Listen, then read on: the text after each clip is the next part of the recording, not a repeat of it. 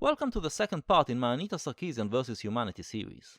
In the first part we reviewed how Anita understands the way video games negatively affect the gamers. We saw that she does not regard the gamers as thinking individuals, but treats them as mindless organisms that are being conditioned by the games they are playing. In this episode we will explore what Anita perceives as positive ways in which games can affect gamers, and see if in this case, at least, she pays the subject of her research a little more respect. There aren't many instances in which Anita talks positively about video games, but they do exist. One game that she likes is Sword and Sorcery, a 2011 game with a female Scythian warrior as its protagonist. Anita names the Scythian as a positive female role model, even though she has almost no personality traits. It's not just in the visual sense that the Scythian lacks clear definition.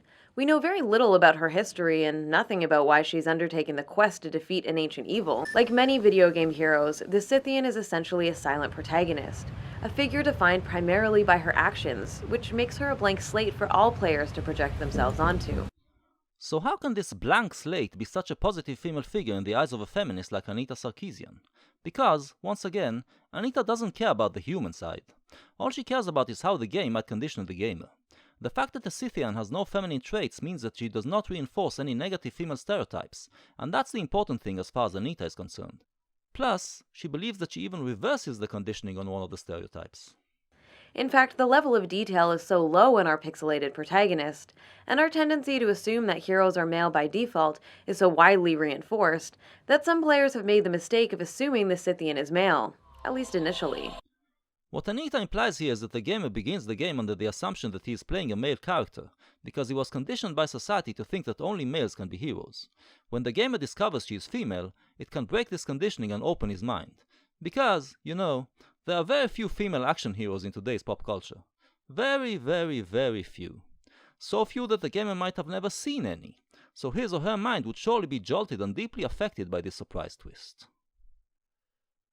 As we can hear, Anita is still talking the language of behaviorism when she talks about how video games can educate us in a more positive way. Basically, she is talking about reprogramming, putting our minds through a different set of conditioning to produce better humans. How is that to be done? Well, it is all based on this concept. Social science indicates that one of the primary ways we learn about the world and our relationships to each other is through a process of observation and imitation. Human beings also learn by seeing something modeled for us, especially when the modeled actions are accompanied by rewards or punishments.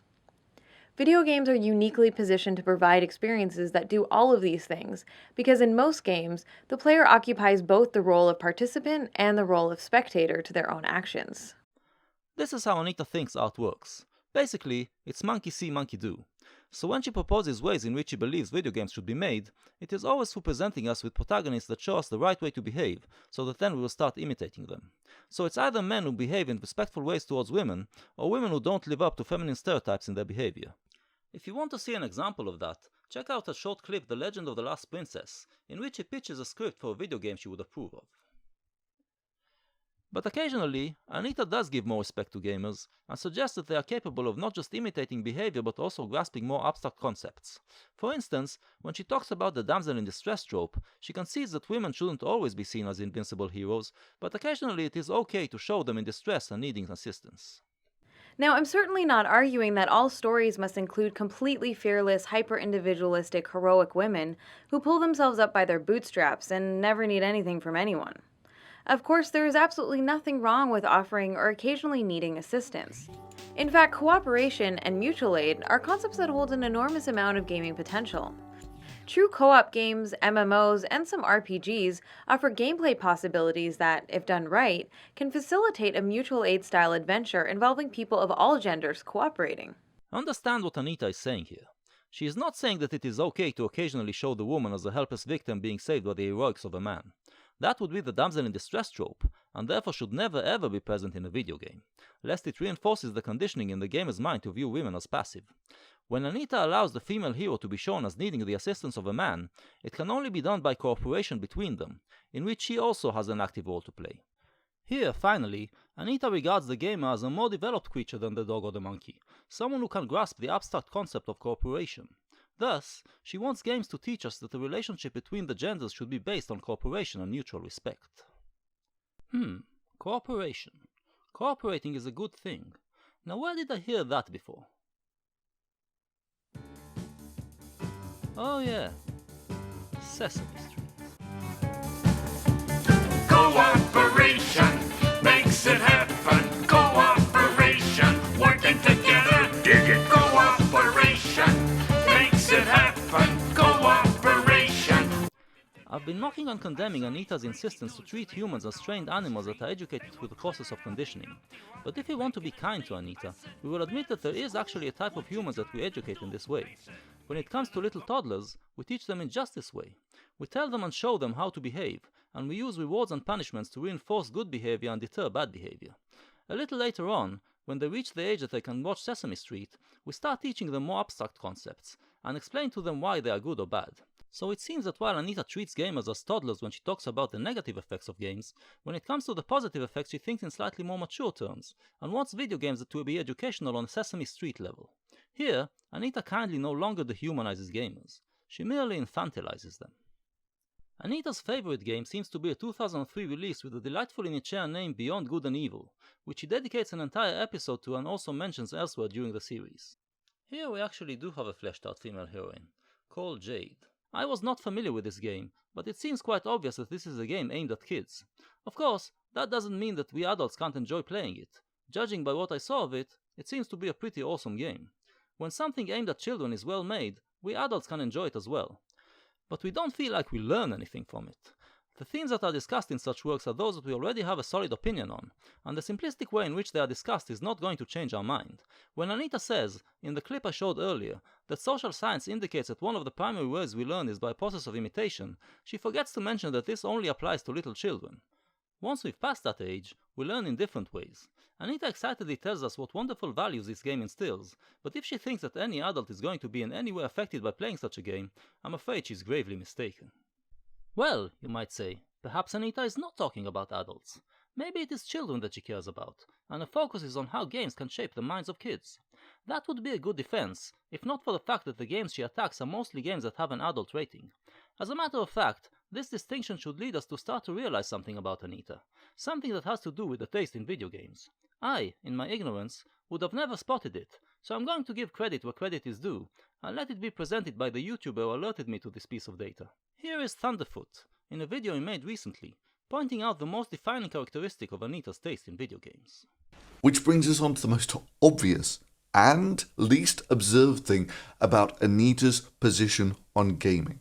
Did you ever look at the games she found problematic?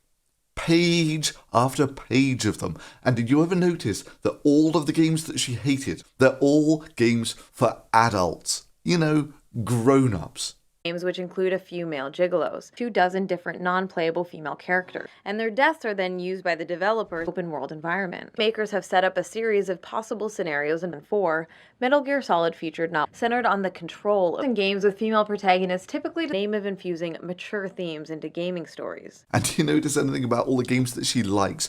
Nothing, not one single game with an adult rating. These are some of my favorite games.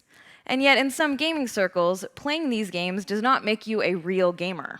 And that's just a roll on the floor laughing my arse off moment. Anita could have saved us all so much time if she had just come out from the beginning and said that she, as a feminist who has done this $160,000 of research, I've spent the last 3 years researching and examining the representations of women throughout the history of video games, has come to the conclusion that feminists are just not grown up enough to play games for adults. Yep, that is what it boils down to. Anita is not treating gamers as little children because she is patronizing them. It appears that she speaks on this level because this is truly the best that she can do. The feminist theories that she consumed, with their infantilizing views on humanity, have apparently ended up infantilizing her. I don't want to patronize Anita, but it's really hard to see it any other way. Any way you look at it, you can't help but reach the conclusion that she is still in a Sesame Street phase. Consider, for instance, her attitude towards sex in video games.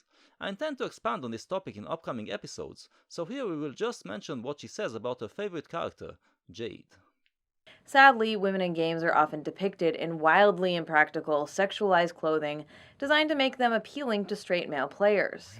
But Jade isn't designed to fulfill someone else's fantasy.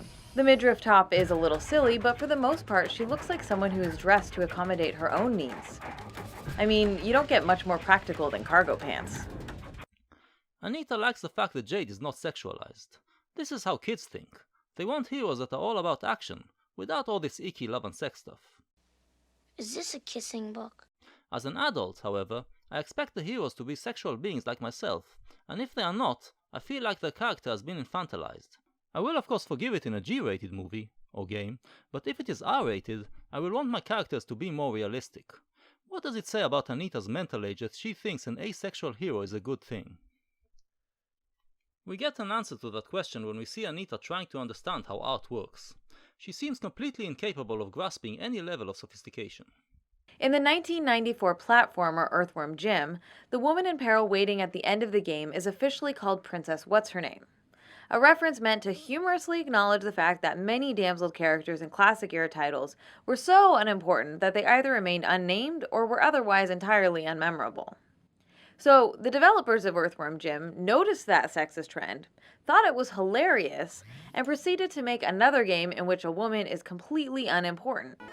These titles may be attempting to make fun of gaming conventions like the heroic rescue or the smooch of victory, but they don't fundamentally change, challenge, or subvert the damsel in distress trope itself.